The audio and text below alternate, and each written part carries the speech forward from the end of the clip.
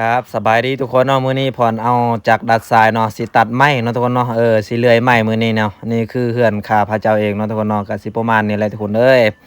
ก็บ่ได้รวยอีหยังเนาะก็ทุกข์ยากนี่แหละทุกคนจังใดก็สู้ๆเนาะถึงมันสิทุกข์ยากปานใดเฮาก็บ่เคยท้อเนาะสิ่งที่เฮาเฮ็ดไปนะคือแบบ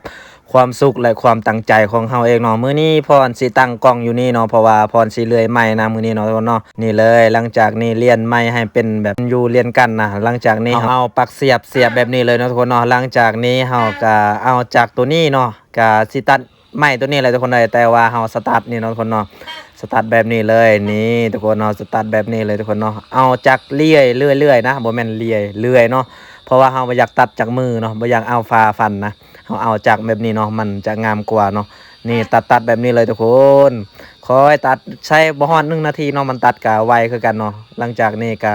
มันกุดมันขาดเนาะนี่เป๊ะแบบนี้เลยคนนี่เนาะทุกคนเนาะเฮาตัดแล้วเนาะเฮาสิเอาลำที่2อีกทุกคนนี่ตัดแบบนี้เลยเนาะเวลาตัดก็ง่ายๆทุกคนนี่เอาจากแต่เฮาต้องจับแน่นๆเด้อจากตัวนี้นะเพราะว่าเฮาย่านถึกมือเนาะถึกมือเนี่ยแล้วเลยบาดเลยได้มือเฮาเนาะหลังจากนี้ตัดลำที่3อีกทุกคนนี่เลยตัดแบบนี้เลยเนาะแน่ๆมันกุดแล้วทุกคนกุดนะให้มันซ้ำกันเนาะให้มันซ้ำๆนะให้มันงามๆทุกคนหลังจากนี้ตัดลำที่4เนาะเรียบร้อยทุกคนแล้วหลังจากนี้มันก็ซ้ำกันแล้วเนาะเฮาก็ไปแทกปลายมันอีกเพราะว่าให้มันซ้ำกันเนาะทุกคนเนาะถ้าบ่ได้ซ้ำกันมันสูงต่ำนี่มันบ่งามเนาะเฮาต้องได้แทกต้องอันนั้นเนาะหลังจากนี้เฮาปิ้นปลายมันเนาะเพราะว่าต้นมันกกมันนะเฮาตัดแล้วทุกคนนี่เบื้องปลายมันเนาะตัดเบื้องปลายก็ตัดง่ายๆคือเก่าทุกคนเนาะเพราะว่ามันเป็นไม้แบบนี้ถ้าว่าไม้เป็นแบบไม้เต็มๆเนี่ยอันนี้มันเป็นไม้ทอเนาะไม่ซอดกับบ่แม่นแต่ว่ามันเป็นไม้ไล่แบบไม้ไล่ประเภท2ทุกคนนี่เขาตัดลำที่3อีกเนาะแต่ว่าตัดปลายของมันเนาะทุกคนเนาะนี่หลังจากนี้ก็เอาลำที่4อีกต้นเอาลำที่4ก็ตัดแบบนี้เลยทุกคนนี่มันกูดเนาะทุกคนเนาะหลังจากที่ตัดเป็นทีเหี่ยมห้อยเฮาก็เก็บปลายของมันเนาะเฮาจะไปทิ่มอยู่พุ่นเนาะยานมันหกนะหลังจากนี้เอาก็ตัวสีนั่งเนาะเพราะว่าสบายนั่งอยู่นี่เนาะทุกคนเนาะหลังจากนี้ก็ทำการแบบนี้อีกทุกคนเพราะว่าเอามาอย่างออกมาโมเมนต์มาเว้